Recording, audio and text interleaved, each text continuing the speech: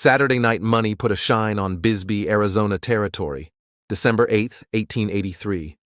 Ore wagons rattled off the grade, a dance hall spilled fiddle tunes into cold air, and the mercantile on Main kept its lamps burning for miners who never shopped by daylight. People drifted under the gaslights, couples with paper parcels, lone men dusted white from the hoists, a boy tugging his mother's sleeve for candy. No one studied the ridge above town, where 5 riders had stopped short and watched the street in silence. They had practiced the story until it sounded simple. Hold both ends of the block with guns, rush the store, take the mine payroll rumored to be locked inside the safe, ride south before the county could saddle. One of them had worked in town and knew the alleys. Another liked to talk and made promises he did not own. The youngest kept glancing at the lamps as if against his will. A little before 9 they came down the hill. 2 peeled away to guard the street. 3 pushed through the door of the mercantile, where cloth bolts stood like fence posts and barrels of flour made a low wall. The clerk looked up and saw the wrong kind of attention. "Hands," a voice said. Bags hit the counter. A drawer slid open. The iron safe weighted against the wall, heavy and slow. At the south end of the block, a warning shot snapped the hotel sign. Calm fell straight through the floor. A man reached for his wife's arm. A teenager stepped off a curb to see.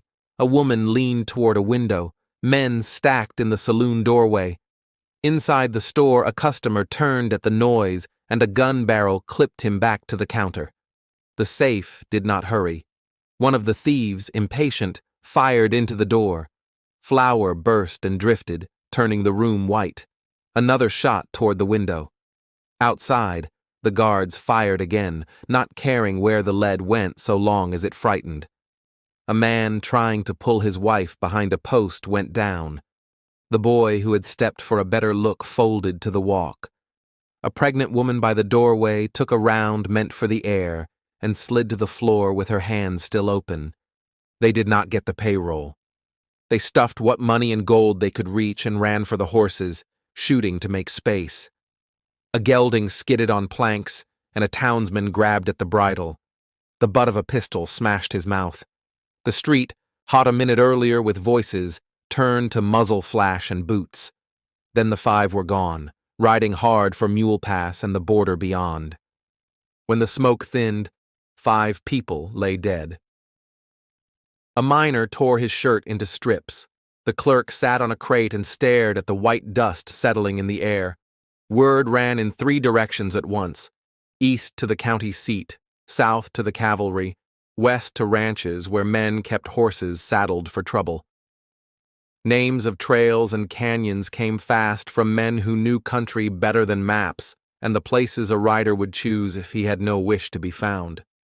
The first posse climbed Mule Pass under a deputy who spoke to them like a foreman. No firing unless he gave it, and then aim at something you are willing to answer for.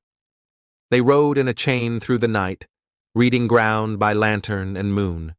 Tracks told a story: a horse with a split shoe, a mule's shorter stride, scuffed rock where a mount had slipped. The gang had split. 2 bent for a dry canyon line, 2 for the border trail. 1 wandered wide, young and already lost. That stray was the first caught.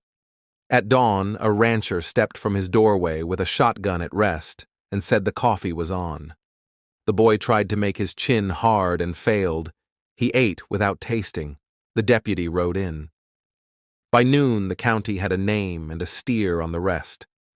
A horse trader remembered a face. A saloon girl remembered a scar and a boast. A freighter swore 3 men shared his fire and would not look him in the eye. The sheriff in Tombstone weighed the reports, picked riders he trusted, and followed sign into punishing country. They found 1 man asleep in a cut bank with a pistol in his hand. Another crouched in a lava hole until smoke coaxed him out. Near the border, a pair pushed their mounts into brush and tried to crawl past. A trooper's carbine settled the question. By the 3rd sunset, 5 men were locked behind iron, and Bisbee had something it could call justice.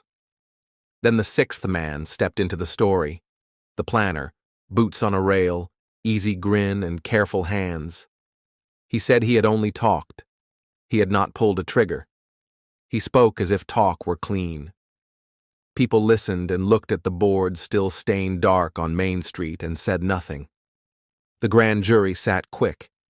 The courtroom filled with miners in rolled sleeves and women who had not slept since the shooting.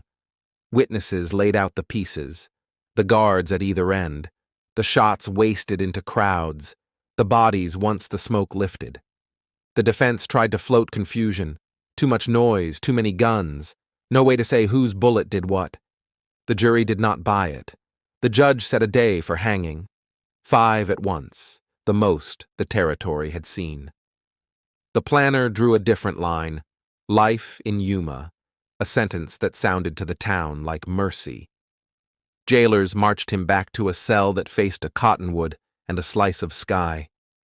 On a March morning, a crowd gathered with a purpose that didn't need a headline. They pushed past the keeper, unlocked the door, and walked the planner into the street. He said again that he had not fired. A rope waited over a beam. Someone asked for last words. He spoke a few and spoiled them with the way he looked around, measuring. The noose tightened. The crowd stepped back as one. In a minute, the street was quiet again. 6 days later, the legal gallows stood ready at the county seat. 5 traps in a row, timber planed clean. The sheriff checked the mechanism, then checked it again. The condemned climbed the steps and tried to fit their mouths around words meant to help their souls. A minister did what he could. A few asked forgiveness. One spat a curse. Even the curious kept hats in their hands. When the lever fell, the bodies dropped together. The ropes creaked. Doctors counted seconds. The sheriff read the formula the law required. Then he signed 5 burial orders with a hand that did not tremble. Carpenters carried out the boxes. The undertaker wrote names in his book. Main Street did what streets do. It went back to work. Bullet splinters were planned from the storefront. A hole in a window frame stayed and joined the town's story. The mercantile sold stoves again. The mine whistle called men by shift. At dusk, a band played outside the hotel and couples circled the boardwalk. The women who had lost husbands learned the new routes of their days, the long way around the store, the quick step when a door banged, the pause before sleep. At the cemetery, 5 stones weathered to the color of the hill, and 1 pine pole in town weathered faster. Years later, travelers asked where the massacre had happened. Someone would point down Main, there, where the street lifts a little before it turns. A brief quiet always followed. Names rose, of the dead, of the 5 who walked to the scaffold, of the planner the town hanged without papers, and then the talk moved on. But the night stays. It waits in the ledgers and the court minutes, and in the way an old man stops talking when he passes the place. 5 men rode in with a plan that valued money more than people. Bisbee gave them the answer a hard country knew how to give. Thank you for listening to Deserted Trails. Subscribe for more true stories from the old frontier.